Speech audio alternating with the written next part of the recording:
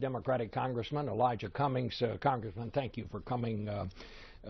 I must say, Senator Schumer seemed reluctant to talk about this whole question of this divide that seems to have developed between the police and people in the black community. But this is a very, very serious thing, which I know the senator would agree with that part.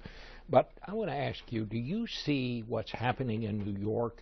Is that indicative of what the situation is around the country? Do you see that spreading from New York? Where do you see this going? Because it is an extremely complicated and a very difficult issue. Let me first express my condolences to the Liu family, and I'm grateful for all that policemen do for us all over the country.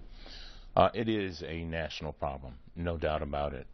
Keep in mind that these protests, Bob, took place all over in every state, and even in London. People are feeling as if justice is not meted out the same way everywhere. They look at these police tactics, and they look at situations where deadly force has been used, and they see African American men in particular dying.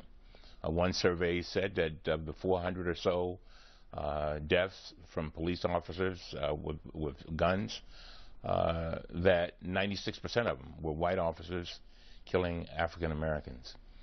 That's a problem.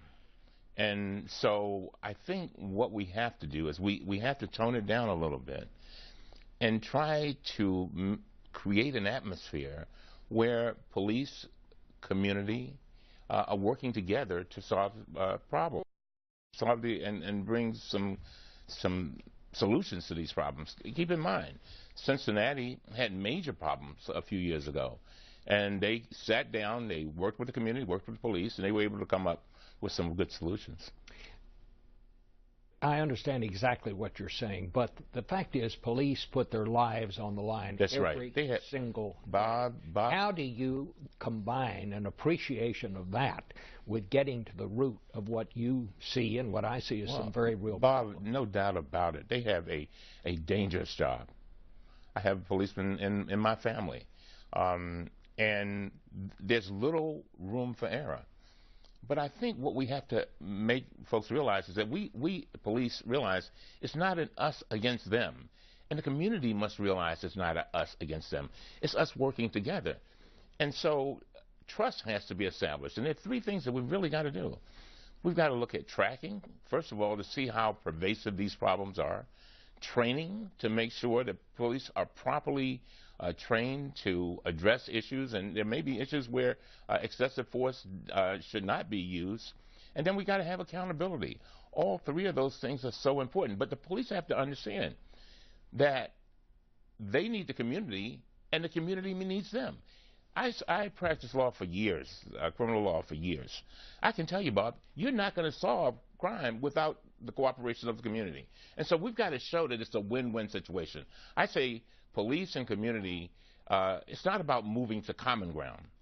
We're beyond that. We've got to move to higher ground, because this has got to be a win-win for everybody. You have asked for congressional hearings.